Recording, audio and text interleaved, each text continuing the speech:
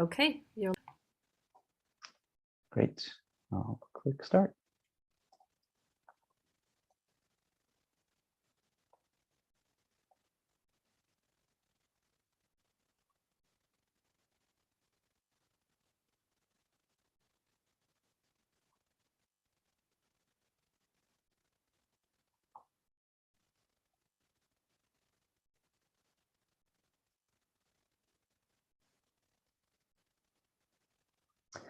Hello, everyone. My name is Josh Perlsweig, and I'm the program coordinator for Sustainable Princeton. Thank you for joining our Sustainable Minds session this evening on community solar. We'd like to take a moment to thank our generous sponsor, NRG Energy, whose support allows us to bring you these events. This webinar is being recorded and will be available on our website within a few days. You'll be able to find it by clicking the Events tab and then Webinar Archives. Something else that you can be sure to check out on our website, we would love to have your input on another project, Changing the Landscape. You'll be able to find this link to a survey if you are a resident of Princeton that employs a landscaper. This will also pop up in the exit survey that when you leave this webinar, it will open in a new browser tab. So please check that out and complete the survey. It would be a great help to us. At any time during the webinar, we invite you to click on the Q&A button to enter questions. We will watch them as they come in and do our best to get them answered. At the end of the program, the chat is turned off unless you have a technical question. Just the hosts will see it, so use the Q&A to get any questions in, please. Princeton's Climate Action Plan includes 85 actions to reduce our community's greenhouse gas emissions and make us more resilient to the impacts of climate change. These actions are divided into 5 sectors, including energy. If you'd like to read the full plan, please check it out on our website. The vision for the energy element of the plan is that all Princeton community members efficiently use clean, reliable, and affordable energy.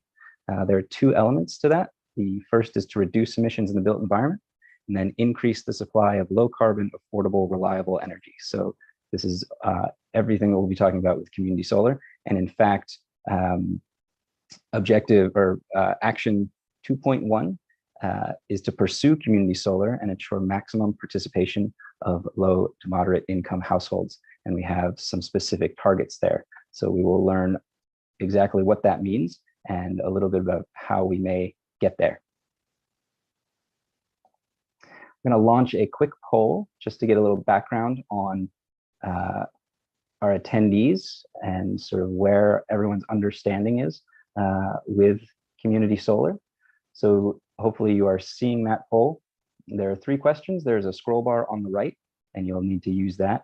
I'll read them out to you, and once we've read through them, we'll close it. That should give everyone enough time. So please take a look with me. Please select the option below that best describes your home.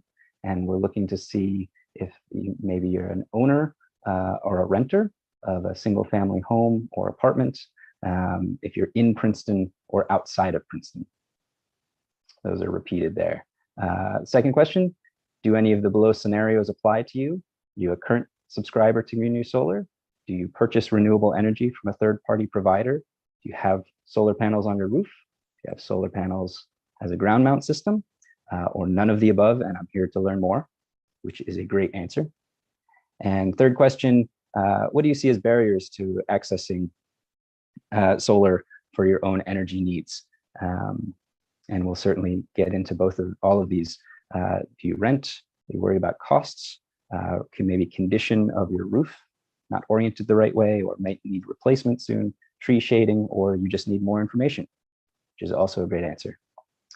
All right, so we will go ahead and close. We're so close to having everybody in the poll. And great, so we have, looks like a majority are owners of single family homes. We do have some renters. A couple folks purchase renewable energy from third-party providers. Most are here to learn more, which is fantastic. Perceived barriers to solar, some tree shading, some roof conditions, some worried about costs, and need more information. So great, thank you for doing that. Close that. So We are so pleased to have two speakers with us tonight. If you were paying attention when we launched our Sustainable Mind series, we did pitch this as two parts over 2 weeks, two separate speakers, but we decided that this topic was really a great one for particularly these two speakers. So we have Elena Weissmann from Boat Solar. Boat Solar is a national advocate for the clean energy transition. And we have Tracy Woods from Sustainable Jersey, a certification program for municipalities in New Jersey that supports community efforts really around all things sustainability. And Princeton is certified silver in that program. So I will turn it right over to our speakers because we have so much to cover. So first up is Elena Weissmann from Boat Solar. Thank you. Awesome. Thank you, Josh. And thank you so much, everyone, for being here and having me and listening to me give my spiel. I am going to tell you sort of what the basics are of community solar. I'm also going to talk about how it can be used as a tool for equity. That's something that's really important for Boat Solar, the organization that I work at. And then I'll go through a few examples of some great projects from across the country.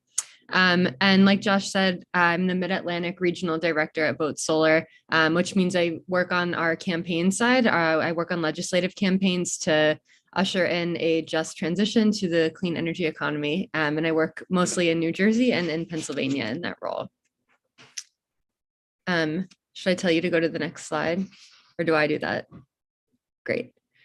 You tell me. Thanks. So, I think I probably don't need to tell this group about the need to address the climate crisis, but just in case, I wanted to provide a few stats. We know that over 80% of our global energy production is through burning fossil fuels, which is causing a lot of harm to our communities through pollution and to our planet through climate change. And a key step in addressing that is by setting and meeting targets. And we see community solar as a way to meet those climate goals without leaving anybody behind.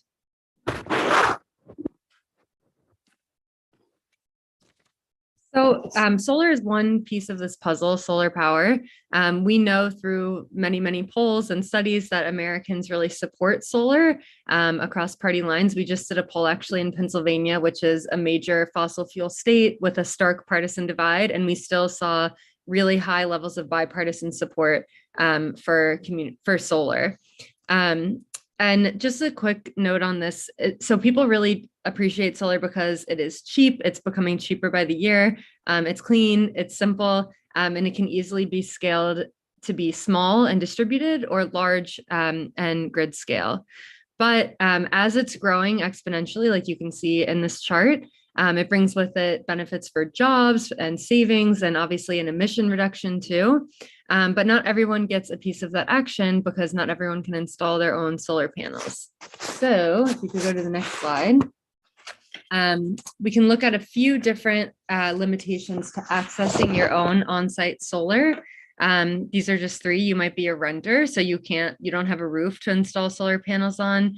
Your roof might be unsuitable for solar. It could be older. Your yard might be shaded. And there's also another really important piece, which is financial. So not only can it be very expensive to install rooftop solar upfront, especially if you live in a state not like New Jersey, but another state that has poor incentives for going solar, it can be really hard to come up with the funds upfront to install those panels. And you also need a good credit score, which I think most people know is hard to come by, especially if you have grown up low income. It's associated with having a good credit score is associated with living in a white or middle or upper class neighborhood. So this is not necessarily something that's accessible to everyone. So in comes community solar. You can go to the next slide. It gives everyone, all customers, anyone who pays a utility bill, the ability to choose local clean electricity that can support economic development nearby. It can support resiliency and overall healthy communities. And so what it is, this is, I think, a really great illustration. Tracy and I both really like this image. It's a way to generate solar without having it on your own roof. So you essentially sign up for a stake in an array, a solar installation in your community, and you receive a credit on your electricity bill for the solar that's generated and pumped back into the grid. So you're sort of producing power by proxy without having it on your own roof, and you see those savings on your utility bill every month. Community solar right now is spreading across the country really rapidly. This presentation, when it was given by someone at my office just 2 years ago, said that there were only like 21 states that had community solar. So I had to dramatically update it to reflect the fact that almost all states in the US have some form of community solar, whether that is authorized through legislation or policy, or if it's just like a one-off program that their utility owns. We're seeing it crop up all across the country. And we'll go through some examples of how policies can set up community solar for success. And I will note that even though you can see there's like a spread of colors across the screen, about 3/4 of all community solar in the country is in states with a policy enabled market like New Jersey, where there's been a law that was passed that says community solar is going to be part of the way we operate our grid, and opens up sort of a market of community solar providers.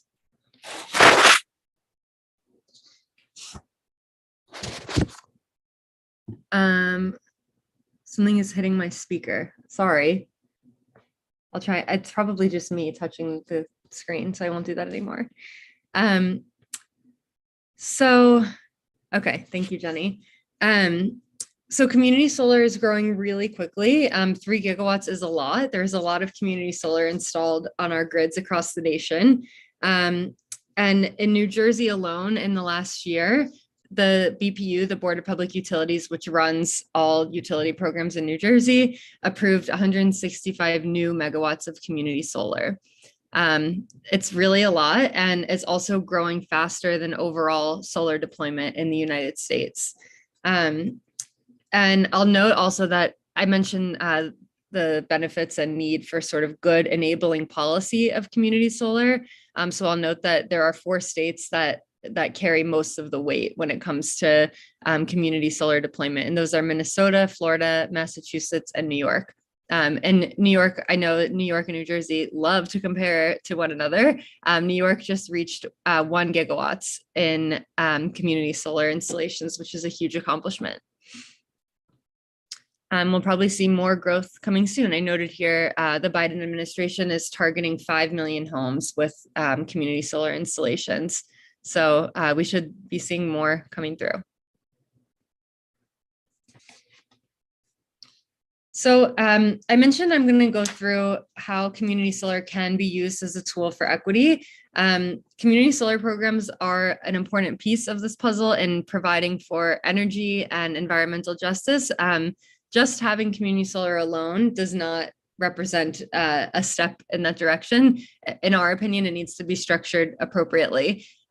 So I'm going to go through some of the ways in which community solar program can advance economic justice, environmental justice, and equity. The first is just by access. So if a state, for example, authorizes a community solar program only in one community, and most people in that community already had access to install their own rooftop solar, that's not necessarily opening up access. We want to see community solar in districts that are excluded from the clean energy economy already. And when we talk about benefits, we're not only talking about just being able to participate to have clean energy, we're all talking about bill savings, workforce development, the economic development that comes with having an installation in your area. The second is energy burden reduction. Energy burden is a term that we like to use as opposed to energy bill, and it refers to the proportion of your household income that goes to paying your utility bill.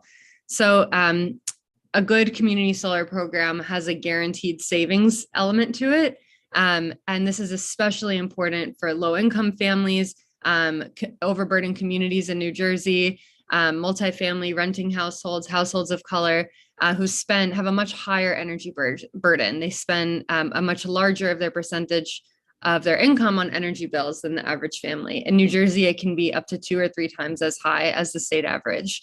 So we want to make sure that there's that guaranteed savings there. We also want to look at job creation. Are there training opportunities and long-term employment opportunities for people in the community, especially those who have been excluded from the clean energy economy so far. And I'll go through an example of this later on. Grid resilience is another great way that community solar can provide for especially overburdened communities, pairing community solar with battery storage. So when we think about these extreme weather events like Hurricane Sandy and who is the hardest hit, it's oftentimes, again, low-income communities of color who rely on electricity for things like refrigerating insulin, breathing machines. These are things that many people rely on, but have higher incidence in overburdened communities in New Jersey.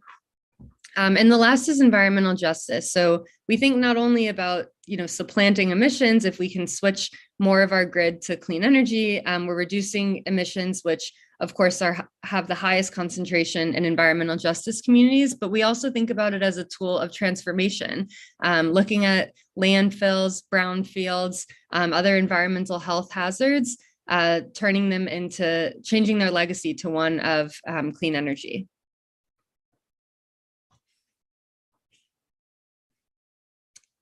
And back on the note of policy, so not every state that has community solar has policy that supports equitable community solar for low-income communities.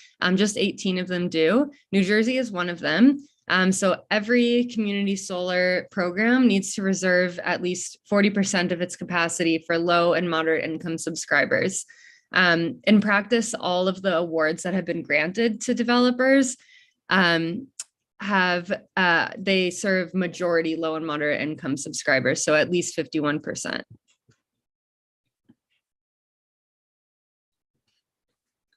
And I did want to take a minute to talk about siting. I know this is something that can be really divisive when we talk about clean energy installations, especially in the densest state in America, New Jersey.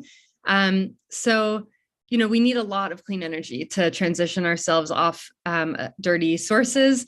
And in an ideal world, there's so much to balance, but ideally we want community members to be able to benefit directly from an installation when it comes to their community. And so there are some great examples of that, of really inclusive siting policies. When we look at New Jersey, I think it's a great example of community solar sited really well, because 100% of the awards are to projects that are located either on warehouse rooftops, on brownfields, or on landfills. And so it's not going on farmland. We're not knocking down trees to install community solar arrays, anything like that. But I do want to note that in some states, it can be harder to install solar panels than it is to build a mall. And so there are certain policies that feel sort of unfairly targeting the clean energy transition. And given that solar has such a relative low intensity form of using land, for instance, a fox can run underneath a solar panel that is even just a few feet off the ground. So we do want to make sure that we're, prioritizing this transition in a way that sort of brings everybody along and is not putting us back any further. So I'll just go through a couple of examples of some projects that we think have been done really well across the country. The first is out of Texas. It's in Austin, in East Austin. So this is a project actually that I'm fairly certain that the utility companies were involved in. So I mentioned how community solar can help meet clean energy needs. This was part of the city of Austin's push for 100% clean power. And it's a great example of how it was done. So whereas your rates for electricity might fluctuate from month to month, I think most people have seen that utility bills don't look the same every month. They locked in a savings rate for subscribers to this project for 15 years. So that's one really important benefit, especially if you are living paycheck to paycheck. It was also paired with battery storage, this community solar program. And so it's a way to promote grid resilience. And given that it was happening in a low-income neighborhood that was really hard hit by really decades or generations of environmental injustice, and what the activist who's in the picture, Pete Rivera, referred to as just dumping on the community for years and years and years, this was a way to transform a neighborhood that I think it might have actually been on a landfill, to transform it into a force for good for the community. So savings, resilience for the community. And again, this was so 200 homes that are low income were getting savings. You can go to the next one. Yeah. So this is another example. This is in San Miguel County in Colorado. This was a project that was co-created by one of our partners, Grid Alternatives. This is a project that was on top of a landfill in this community that was for a really long time a big health hazard to the surrounding area. And this is helping to clean up that site. And there are also really significant benefits to the surrounding community. So it's a very poor area, and people are getting bill savings and also job training in the county. This is, I think, a really cool sort of creative example. And there's a bunch of these coming out of Minnesota. So an anchor tenant is when there's one sort of major subscriber to a community solar array. In this case, it was the Shiloh Temple, a church. And they hosted the community solar project on their roof, and they also benefited from it. They were a main subscriber. So it powered the church. It saved them funding to sort of better serve the community over the course of, decades, for however long. And 20 homes in the area received their power and bill credits from this array also. And it was a project that really strove to emphasize equity. They didn't use credit scores to enroll people, which is something that other projects in the area were doing. And they also required that when the project was installed, at least 50% of the workers were categorized as minorities in the area. And there was a solar training program for people to enter and to access the clean energy economy as well. I think we've just got one more example. So this is a partnership with the Public Housing Authority in Denver. And now there's actually also another example in New York City of something similar. So it's a community solar project exclusively for the residents. And so they are going to be realizing 15 to 20% savings a month, which really adds up, even if your electricity bill is not as high as it might be in other states or in other months. If you are living paycheck to paycheck, these funds really add up and help you to predict your rates better and budget better for coming months. And yeah, I think we just have this little graphic on the side to show the emissions reduced by switching to community solar, what they avoided. And I think that is our last example. So I think we're doing questions at the end, so I won't say that. I'll pause now for questions, but here are some websites that you can check out for more info and my email address if you want to stay in touch. Wonderful. Thank you. Yeah, we will hold questions for the end. So we will hear from you again, I'm sure. And up next is Tracy. Thank you. Hi. So you can go to the, there we go. So my name is Tracy Woods, and as Josh said, I'm a research and project specialist at Sustainable Jersey, which is a nonprofit that helps municipalities and school districts in New Jersey take large sustainability ideas and break them down into municipal and school district size projects.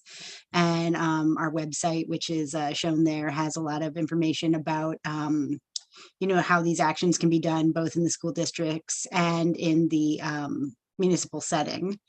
And one of the projects that we've been supporting since 2019, I think, is Community Solar, and the New Jersey Community Solar in particular. Can you move to the next slide?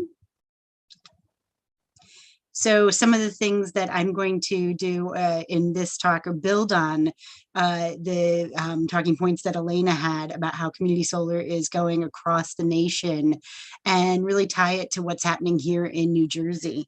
We're going to talk about the benefits of community solar, which Elena touched on, but we'll give some case studies here in New Jersey. We'll talk about how community solar, the financials of community solar work for residents in New Jersey. We'll talk about the benefits to community solar for low and moderate income residents and how subscriptions for low and moderate income residents work. Also, we'll look at some of the details of the key contract terms and contract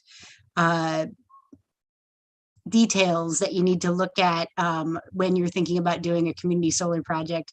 And the irony is that the prop that I always use for explaining contract details is something that was developed by Sustainable Princeton. So I'm using one of their projects in their own webinar. So that'll be fun.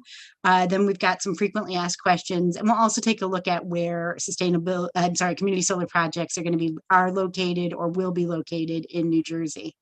But before we get to that, I just wanted to show this presentation from NREL, which is the National Renewable Energy Laboratory, that shows, this is from this report that this is cut from was dated right around the time when the community solar program announced its first round. We're in the second year of the community solar project in New Jersey, and it shows the access to renewable, to solar for low and moderate income residents in different states. And because of that year one result, you'll see that New Jersey jumped way up high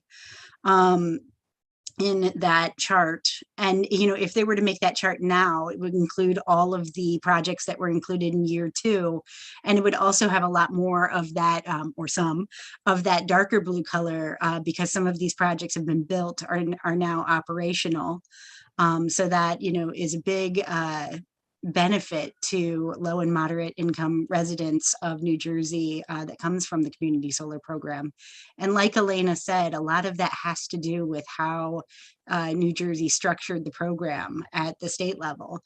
They awarded extra points in the project selection process for projects that were dedicating 51% or greater of the overall capacity for the project to low and moderate income subscribers. They also awarded extra points in the selection process for programs that included community benefits like job training programs, and also projects that were cited on environmentally contaminated areas like brownfields or areas of concern. They awarded extra points in the selection process for that as well. So really the benefit to environmental justice and low and moderate income residents was baked right into the design of the program, and it's shown results. Next slide, please. So Elena explained this pretty well, so I'm just going to, reiterate a little bit that community solar is a large solar array that's installed somewhere nearby, that you subscribe to a portion of it, and the credit for the generation of that solar that has been reserved for you gets credited on your utility bill. And I'm going to go into a little more detail about the billing in a couple slides.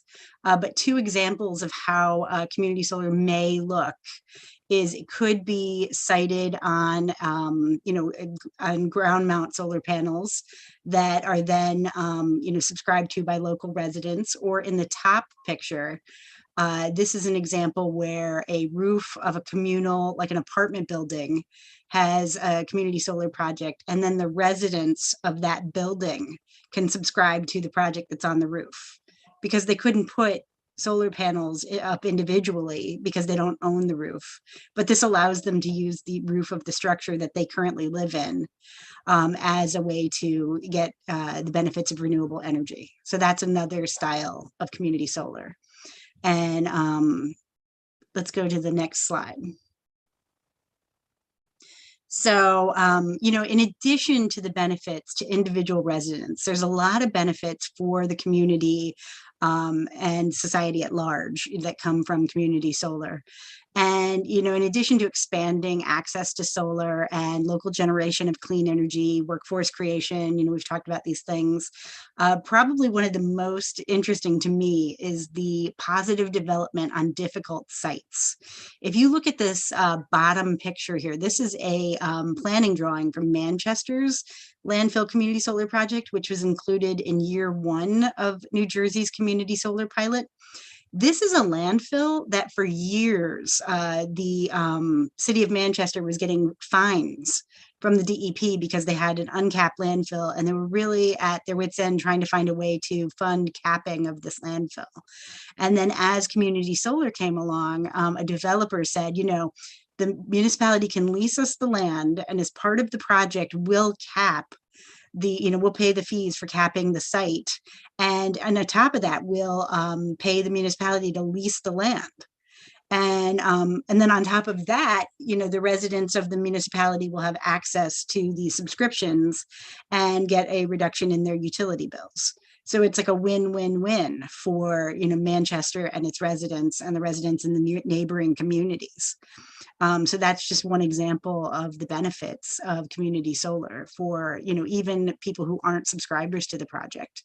There's several other interesting case studies like that that have happened, you know, where public buildings that have had roofs that desperately needed renovation, you know, and they were having trouble funding that renovation. The re-roofing of the building was included in the project, which, you know, created a benefit to the civic life of that town, in addition to creating the subscriptions. Next slide, please. And you know, a lot of what Sustainable Jersey does is we support municipalities in taking roles in community solar. But for this presentation, I'll just sort of touch on it.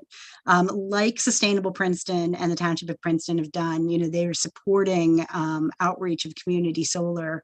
You know, they have web pages on their website about community solar, and they host programs like the one we're in right now to support adoption of community solar. And all of that is what we call being an outreach partner. And, you know, municipalities and nonprofits can also work. Elena mentioned being anchor subscribers.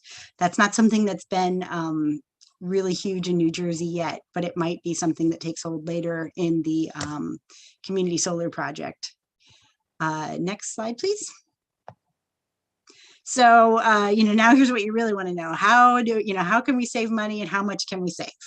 So most community solar subscriptions in New Jersey result in between 10 to 30% savings currently.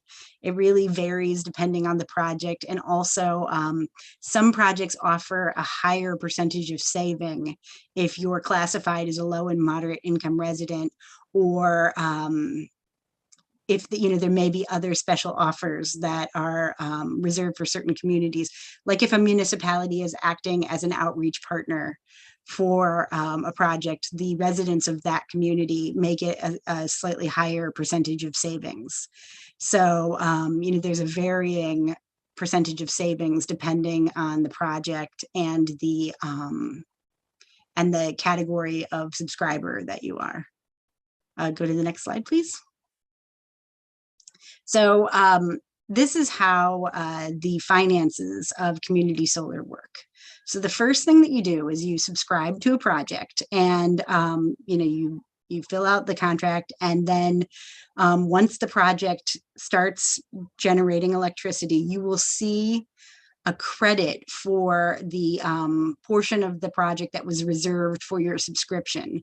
And on the right side of the screen at the top is a screenshot from a sample PSEG bill that shows that you know, they saw $115 credit for community solar during that billing period.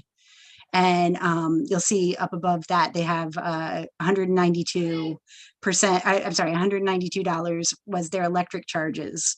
So it paid a pretty good chunk of their electric bill. But then in addition to that, you know, getting the credit on your utility bill. You have to pay the cost of belonging to the program. And right now in New Jersey, that comes as a separate invoice from the subscriber organization that manages subscriptions for the project. And the way that most community solar projects in New Jersey right now work is that when you sign the contract, you'll be signing up for a percentage of that credit to remain with you as savings.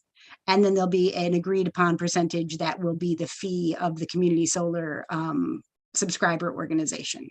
So in that example of the community solar invoice, if the agreed upon percentage of savings retained by the customer in this, you know, made up contract that we've got here is 20%, and the credit that was shown on their electric bill was $100, the customer would retain the $20 a month, and the fee for the community solar subscription would be $80 that month.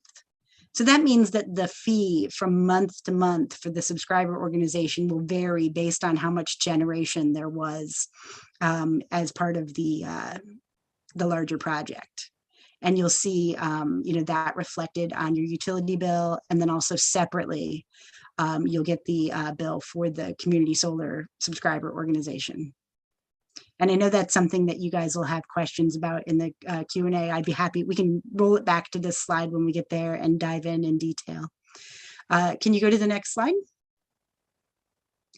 Some other things to know about which community solar projects you can use is that, or you can subscribe to, is that the project must be located in the same utility service area as your house is, your residence. So that just basically means that if you are in PSEG, that you have to subscribe to a project that's also located in PSEG. And so that's the rule on the state's end. And then the projects will sometimes limit their scope to certain municipalities. You have to make sure that individual project is serving your municipality as well. And they'll say that right in the project information page. You know, usually you can sort out by zip code and see if you're eligible for the project or not. And then the third thing to know is that municipalities that have their municipal electrics can have community solar sited in their own service territory. And then the residents of that community can subscribe to that project, but they can't subscribe to the utility, the PS, like let's say that there was a town in PSEG that was a municipal electric and it had a community solar project. The residents of that town could subscribe to that project, but they couldn't subscribe to anything else in PSEG. Next slide, please. So another thing that is an important, remember we talked about how the percentage of savings would vary depending on your what type of subscriber you are. One of many of the projects in that are currently going live in New Jersey offer a special higher percentage of savings for residents that are classed as low and moderate income. And the definition of low and moderate income varies for each of the state projects that they, or what I mean to say is, if you have looked at the definition of low and moderate income for like the energy efficiency programs or other incentive programs for other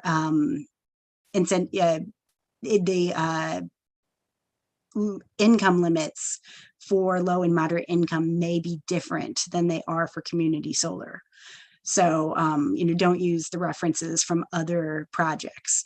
For community solar, the moderate income limit is less than 80% of the median income as determined by HUD, which, so just to give you a quick guide on that, you look at the number of people that are in your house. So my house is 4 people in my household. So the maximum income to qualify as a low and moderate income household would be $89,400.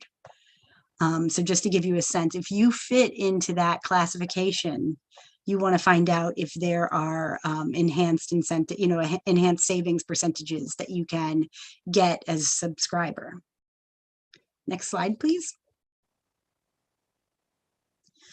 Some other things that we encourage residents to consider when they're looking at community solar contracts are, you need to understand the contract details and ask how the savings are calculated. We had that slide where I showed you about the, percentage of the generation being on the utility bill and then getting a separate bill, but you want to confirm that those details are the same for your particular contract.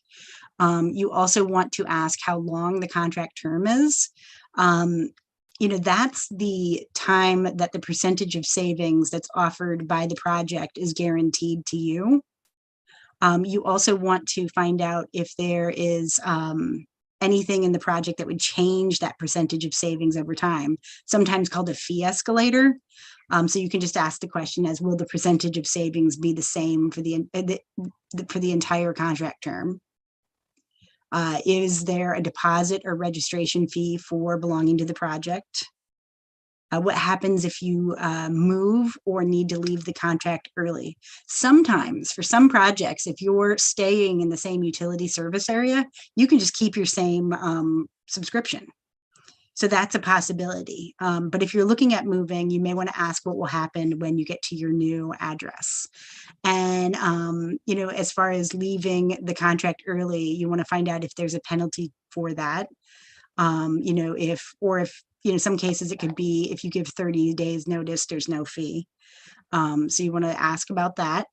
And again, you want to ask if there's any special rebates or offers available for low and moderate income residents, or in some cases, municipalities will have negotiated that a class of citizens, like let's say senior citizens of, a certain community would also get the same rate that is offered to LMI.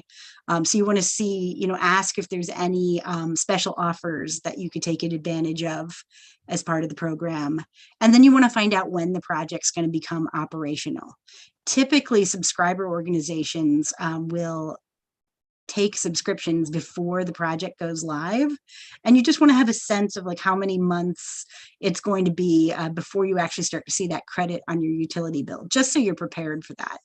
And a lot of these issues that we just talked about are covered in a project that was developed by Sustainable Princeton. Again, I can't speak highly enough of this resource, which we have the URL there for, and I can in just a second I'll pop that URL into. Oh, you said the chat's disabled. Well, we'll figure something out. But you can look at that online, and it has a lot of the basic questions about the contract terms to really help residents feel comfortable with the contract that they're signing. Go to the next page, please. Another resource that is available from Sustainable Princeton is this Introduction to Community Solar flyer, which is also available on the Sustainable Princeton website. And it just gives sort of, a quick overview of how community solar works and how the billing works, and answers a lot of the, common questions about community solar. But we've got a couple of those commonly asked questions here as well. So I know we covered this in the beginning, but I've never given a presentation about community solar where someone didn't ask me at the end, what if I can't put solar on my roof? So I'll just go ahead and remind everybody that for community solar, you don't need to have access, have the ability to put solar on your own property. That this is a subscription that you're going to get that for a large solar array that is elsewhere, and you'll be receiving the credit on your utility bill, similar to as if the project was on your own roof. But you don't need to have, a sunny roof that's in good condition. Another question is, some folks, their electric bill is included in their monthly rent. This can be a lot of times if folks are living in Section 8 housing or in planned communities, and that's called a master metered account. So, you would wonder, can I subscribe to community solar if I have a master metered account? And the answer to that question is it depends on the project. It's something that you can ask for. It's not something we've seen a lot of in New Jersey so far, but it may be coming, as the community solar project in New Jersey matures. Another common question, and this will be important to Princeton residents, is can you have community solar and belong to an energy aggregation program or have a third-party supplier? And the answer to that question is yes, you can. It won't change anything about your participation in energy aggregation or third-party supplier. I actually have this kind of situation going for myself. I'm both a member of an energy aggregation program and a community solar subscriber. So I've seen the bills firsthand. And then another question that folks often have is they want to know if they're leaving the utility. You are not leaving the utility. Your electricity is still being distributed by the utility. All your storm management for, hurricane response and everything like that is still done by your utility, and you will still be receiving billing from your utility. So, it's still covered, your line maintenance and everything like that is still covered by the folks who've always covered that. Can you go to the next slide, please? And this is a listing of all the community solar projects that are currently approved in New Jersey in both year 1 and year 2 of the community solar project. I realize this list is extensive and my type is tiny. I worked very hard to get this all on one slide. It shows you all the different utilities and the towns where the projects are located. Again, projects that are in year 1 are more likely to be up and generating electricity because they've had an extra year and a half or so to get building. Projects that are in year 2 are sort of just coming online, probably not even yet, probably soon, but not quite yet. And that gives you a sense of where the program is located. The programs are located in New Jersey. And can you go to the next slide, please? So we have a lot of resources at Sustainable Jersey for community solar, including we have a how-to guide. That how-to guide is a little bit more geared toward municipalities, like how municipalities can support community solar. But we also have on our website links to the Sustainable Princeton materials that we showed earlier, that we think that you guys did a really great job in creating those materials for the public. And we also have a resource page for community solar, and the link is there on the slide. To the next slide, please. And again, thank you for having me to come speak this evening. And my email address, if you have any follow-up questions, is located.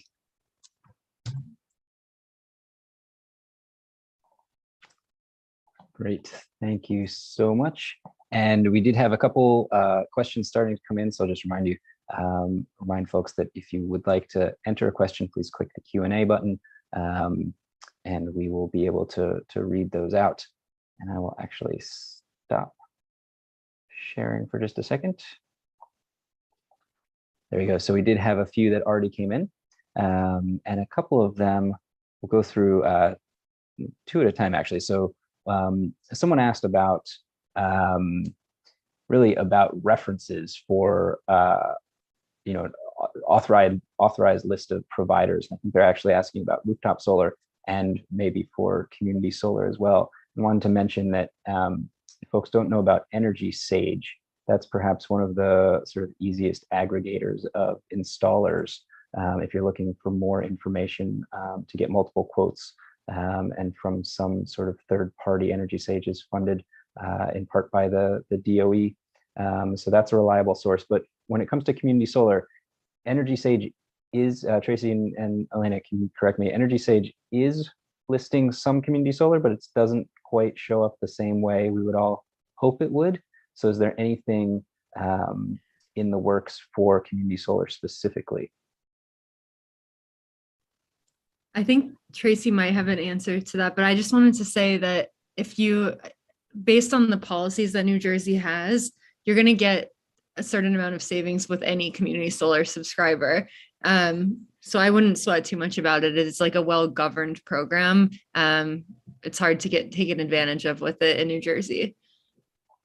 Yeah, Yeah. and actually that's a good point. Sorry, with community solar, we've sort of gotten some questions of like, is this too good to be true? Right. It kind of doesn't make It sense. sounds too good to be true. That's one of the reasons that the municipal support of the program is so important. You know, having the municipality like sort of raises it out of that, you know, this feels like a scam, you know, level of communication. You know, one thing to just build on what you said about the Energy Sage program for individual roof. One thing that's really nice about that program is they will show you an apples to apples comparison of the different financing mechanisms. So like there's literally like radio buttons that you can click on the website that show you all the financial terms for doing a power purchase agreement versus doing a lease purchase versus purchasing the panels outright. And that choice is where the analysis paralysis kicks in. And a lot of times when folks are trying to do solar, that whole should I lease my roof and get the you know, versus buying the panels outright is the question that really holds up the answer to that project. And so that's a nice tool that they've developed for you know, creating answers around that. And again, that's not for community solar, that's for individual home solar. Right. When it comes to community solar though, certainly a lower risk proposition and something that you mentioned, depending on the terms of your contract, you could be in for a short amount of time and potentially leave. Let's say you're in a community solar program, you decide that now is the time for you to do rooftop solar. You could leave your community solar program and go with your rooftop installation. Yes. Yeah. And, you know, in answer to your other question, we are working on a vendor neutral list of projects in New Jersey, but it's not something that's been released yet. So hopefully in the near future, that will be something we'll be able to show in presentations like this one. Great. So Energy Sage though, is it something that it depends on your area? So folks, if you're interested in community solar projects, it's something that they can check, although it won't reliably have all of those vendors and projects listed, but it's a place to at least check while you're doing your homework. Because we also had a question from a community solar provider asking about the best way to get information out to residents and businesses. So those neutral third-party platforms are certainly a good way to do that. We had a question from someone, can Princeton residents who are not LMI, low moderate income, sign up for community solar? Absolutely yes. Although it is true that some projects may have their non-LMI components subscribed already. Is that a fair statement? Yeah, there are several projects, you know, that I know of where all of the subscription slots for non-LMI are full, but they're still looking at, you know, they're still looking to fill project sites for LMI residents. Got it. Actually, just a question about how projects come online, since there may be projects that are full for the non-LMI and only subscribing LMI. You mentioned there's projects in the pipeline. They may take subscribers. They are taking subscribers before they are being built. They are all, if they're taking subscribers, they are approved, so they're permitted. It's just a matter, it's a construction timeline question. So you could potentially, you've subscribed, but you're not paying a fee while you're waiting. You've just held your place in line, right? And once that project comes online, you'll start getting your bill credit. Yeah, so when I subscribed to a New Jersey community solar project, it didn't come online for, I think it was like 3 or 4 months. And I just, you know, patiently checked my utility bill every month until I saw it. And then I was so happy when I did. Yeah. Very cool. I have a question, maybe more broadly, and Elena might be about one of the case studies you mentioned about the grid resilience and tying battery storage systems to community solar projects. And I'm wondering if how the benefits of grid storage it's a bigger picture resiliency case, right? Because you wouldn't get battery backup as part of your project, right? Because you're not tied. It's not a microgrid situation. But are there sort of more sophisticated community solar and microgrid projects in the works, sort of allowable in any of these statewide systems, other state systems? There are, and I actually think New Jersey is considering a microgrid pilot. They're at least going to like fund a study about deploying a microgrid pilot that would be aimed at resilience, and that's what a microgrid is. It's, you know, clean energy plus battery storage. And I'm not sure where exactly they are in the process. I've seen it mentioned in a few different bills. Tracy's nodding her head and might know the latest, but I know it's something New Jersey is looking into and wanting to prioritize really vulnerable communities in terms of like storm surges and things like that. I guess I know about as much as you know. I know that that's something that's being talked about, but I don't have any details to share. Yeah.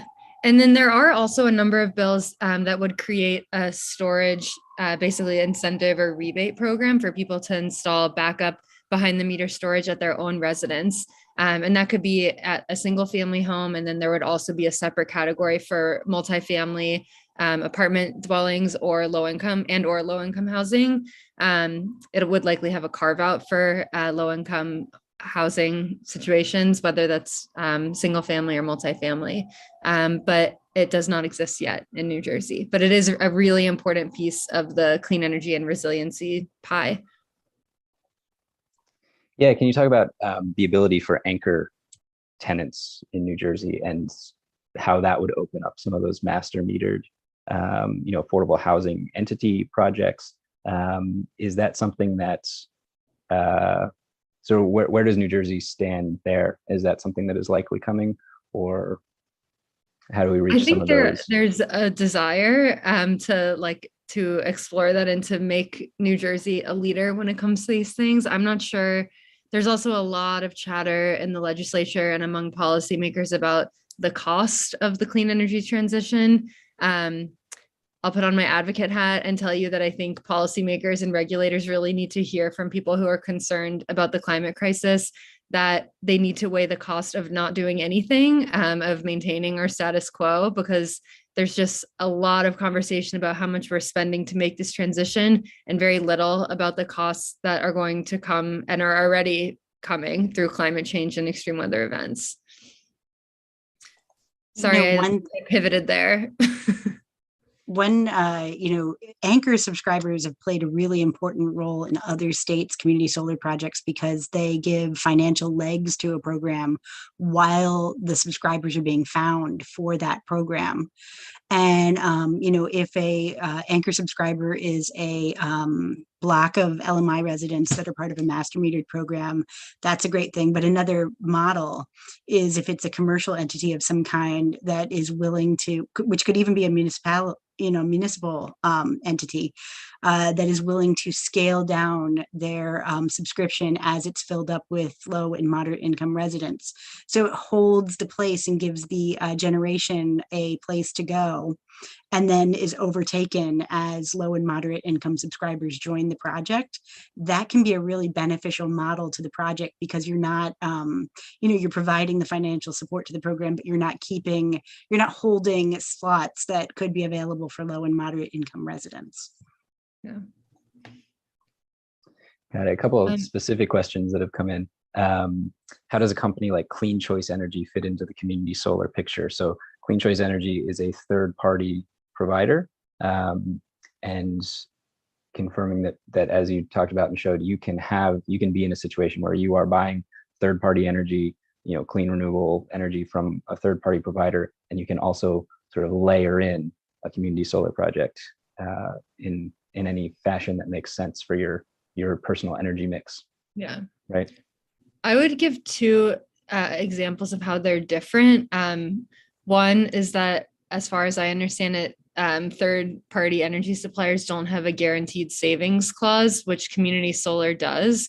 And the second is that community solar is part of a sort of larger trend of moving in towards a more democratized, locally controlled energy grid, and sort of moving away from like a monopoly model. So community solar providers don't work really directly with like utilities. And it's sort of trying to usher in an era of more local ownership and control of where energy comes from.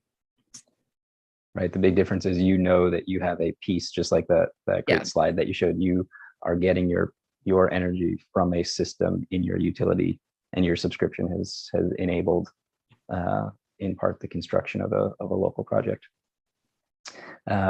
This is a great one. What do you think can be done to greatly raise public awareness for this no-brainer win-win program in New Jersey? I was stunned how ignorant I was when I finally delved into it. Scott, you and everybody else,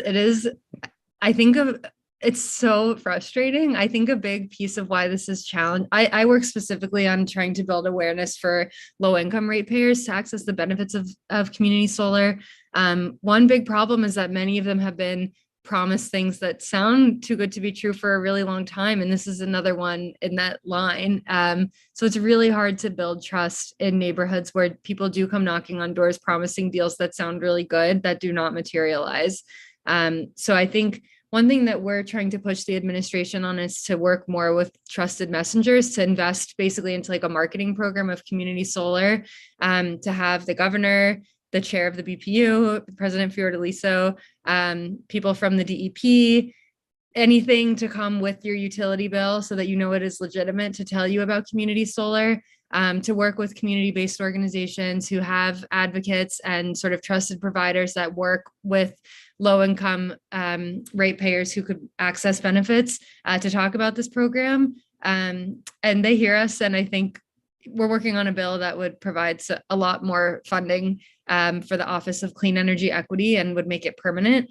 And that's a really major way that they would be getting the word out and getting more people subscribed. But even not among low income ratepayers, there is a lack of awareness. I don't know. I saw a statistic that like 40 to 50% of people who installed solar were convinced to do so by a friend who installed solar. So I would just say that you all are trusted messengers after learning about community solar. So tell your friends about it. You can refer people to any of our websites. There's no profit motive here. We really are just trying to spread the gospel. That's great. That's a great way to finish. I do want to, there's two more specific questions I want to hit before we close, and we'll share links. I'll put up a slide to make sure we have some links shared. Someone asked, when can residents of Princeton expect to have community solar available? So there are projects, there have been projects, they may be full, but keep an eye out because there are more projects coming. That's a correct statement, Tracy? Yeah, we can go back to, that map that we showed that has the listing of all the projects. Again, a lot of the year 2 projects are still under construction. And, we're getting ready to start the permanent program. So community solar is coming to you. Yeah, yeah, absolutely. And this is a great one. What happens to that installation if it goes down for whatever reason, hit by a weather event, similar to, if you had rooftop panels on your roof? What's I guess your liability as a subscriber? So again, because you want to always check the contract terms, and that is one of the questions that Sustainable Princeton put on their subscriber tip sheet. But because the fee that you're paid is a portion of the savings that you receive, if you're not receiving credits on your utility bill, then a portion of nothing is nothing. So but it is important to check the contract terms for each project that you might subscribe to. Great, thank you again for that. So I'm going to put up just end on this slide again. Well, thank you, first of all, for being here, both to our speakers and to attendees. And stay tuned for our next Sustainable Minds, which will be in the fall, and we'll cover net zero energy building.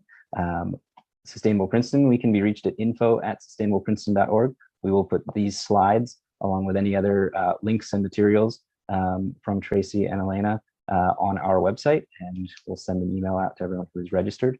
So thank you so much for attending. Thank you, Tracy and Elena, and hope to talk to you again soon. Thank you. Good night. Bye-bye.